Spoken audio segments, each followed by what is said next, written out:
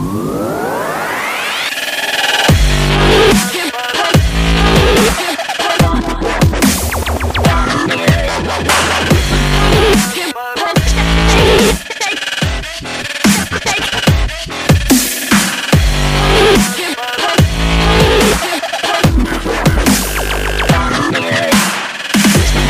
have some brand new Fox polls that have just come out suggesting that the Republican race may be starting to shake itself out a little bit in these numbers. Donald Trump holding his lead nationally. He's at 26%. He's been really in that zone for quite some time. Ben Carson at 23%, a similar picture to what we have seen over the past 10 days, 2 weeks for the most part.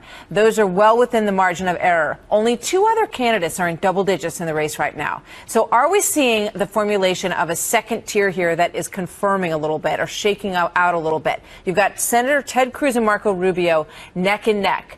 Meanwhile, Trump stepping up his attacks on the others. I don't really understand the Ben Carson thing because he's not going to be able to negotiate with China and trade. He knows nothing about it.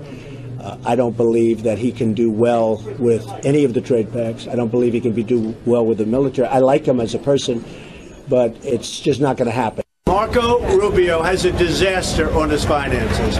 He has a disaster on his credit cards. When you check his credit cards, take a look at what he's done with the Republican Party when he had access, what he had to put back in, and whether or not something should have happened. Jeb is a low-energy person. Ben Carson is super low energy. I mean, there's an article today that he falls asleep every time he gets into a car. Democratic White House hopeful Bernie Sanders is taking the gloves off against frontrunner Hillary Clinton. He says there are, quote, valid questions raised over the former Secretary of State's use of a private email account, among other things.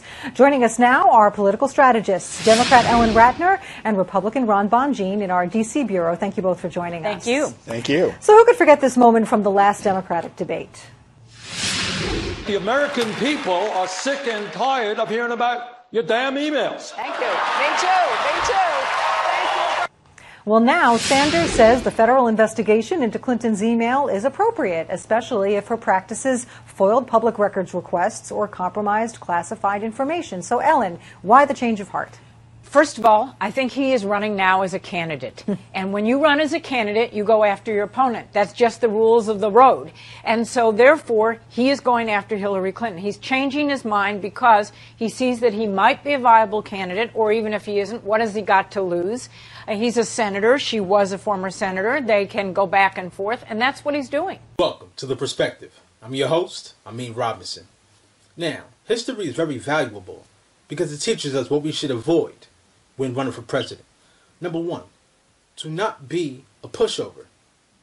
The reason Jimmy Carter lost to Ronald Reagan was because in the minds of the American people, he was a pushover.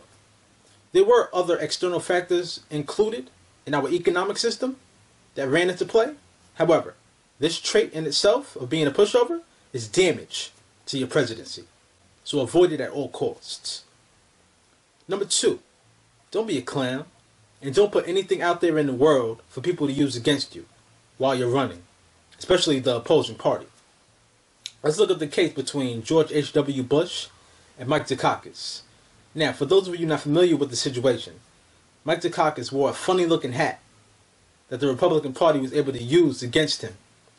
This had to be one of the most memorable moments in political history. He was doing good before this image showed up. And then after that, he lost. So image is extremely important when you're running for president. Remember that. And number three, don't be out of touch. Bill Clinton versus Bob Dole. Bob Dole thought like a legislator. He didn't think like a presidential candidate. And that's one of the reasons why he lost. So, the three reasons people lose the majority of the time, and the three things to avoid when you're running for president, is being seen as a pushover, being seen as a clown, or putting something out there in the world that people can use against you, and number three, being out of touch with reality. Avoid those three steps, and you'll be good. Let me know what you think, and subscribe.